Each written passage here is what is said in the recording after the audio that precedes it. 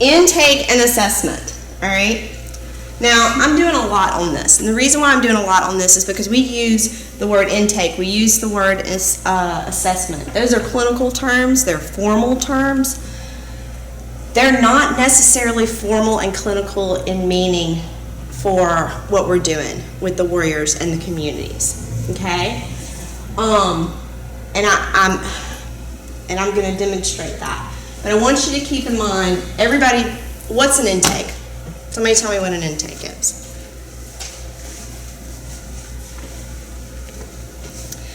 Anyone know what an intake is? The survey, the questions we ask them. It's basic information. It's basic information. Generally, intakes is your demographic information, or a survey, or it's obtaining concrete information. What do you do with information that you get from an intake?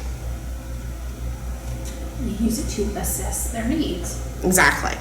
So when you do intakes, it's for a purpose. You're getting information that moves to a purpose. Even the Census Bureau, when they come to your house and they ask you everything from A to Z and you complete that, what do they do with that information, that demographic information that they've achieved?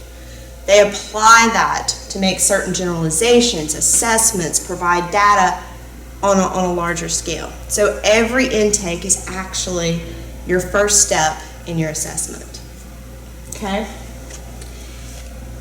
I have on here, it's internal or external. What that means is internally, someone comes in and before they see an advocate, they fill out a questionnaire. Okay, so they come into your office, they fill out a questionnaire, maybe somebody gets buzzed, says, oh, they filled out this questionnaire, here comes the advocate takes the questionnaire, then sits down with the veteran and is like, okay, so I see here that, you've got this going on or that going on, or this is where you are at this point, what else has brought you in here today? This is your step to that next conversation piece. It can be done internally. Externally is when it's done in your outreach. Okay, that's when you're going and at your job fairs and you're meeting with someone, or you're on base and you're in the mobile unit, Walmart, and you've got individuals coming in, or you're going to them because it's a part of an external, it's part of your outreach. So outreach is conducted both internally and externally. No matter where you are, who you're talking to, you're doing an intake and you're doing an assessment. In your mind, okay? And I say in your mind because you're still doing an intake and assessment when you're meeting with community leaders. What do the community leaders understand about what your organization is doing?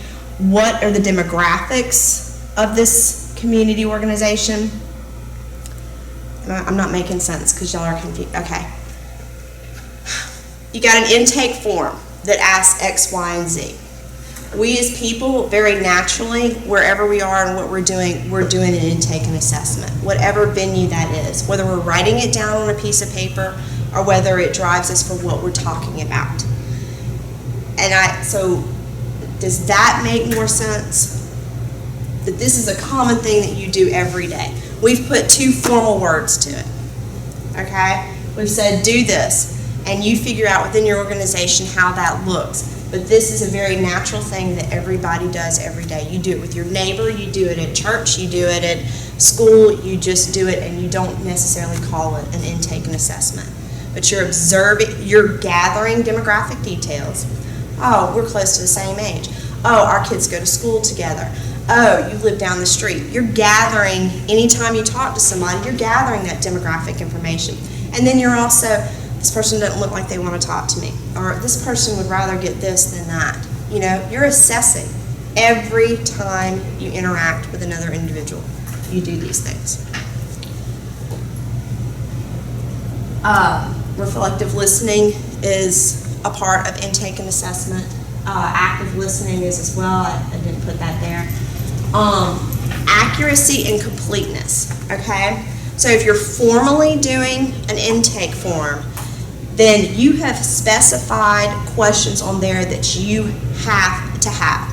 If somebody gives you the first name and not the last name, how does that benefit you? So when you have a formal intake, It is very important to make sure that every field is completed, because your management wouldn't have put that on there if it didn't mean something.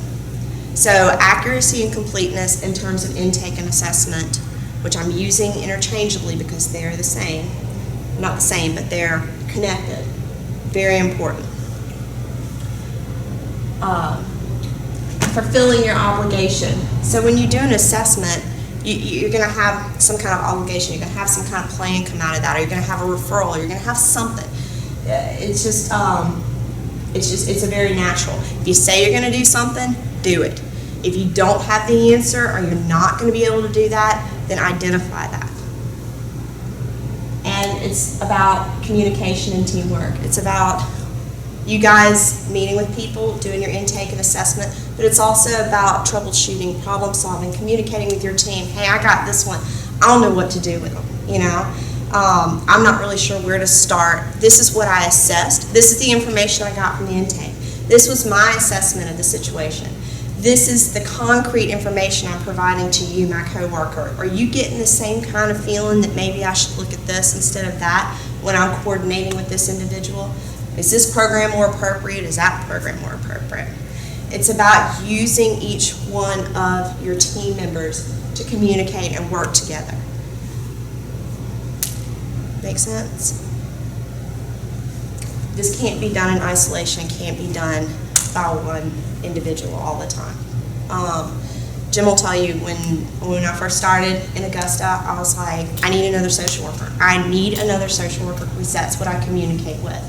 That's how I know how to communicate. And I've got very serious people coming, complex needs, because I was dealing with homelessness, and I had to have somebody to bank what I was working with them off of.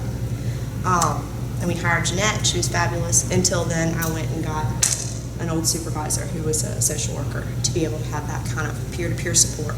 You gotta have that.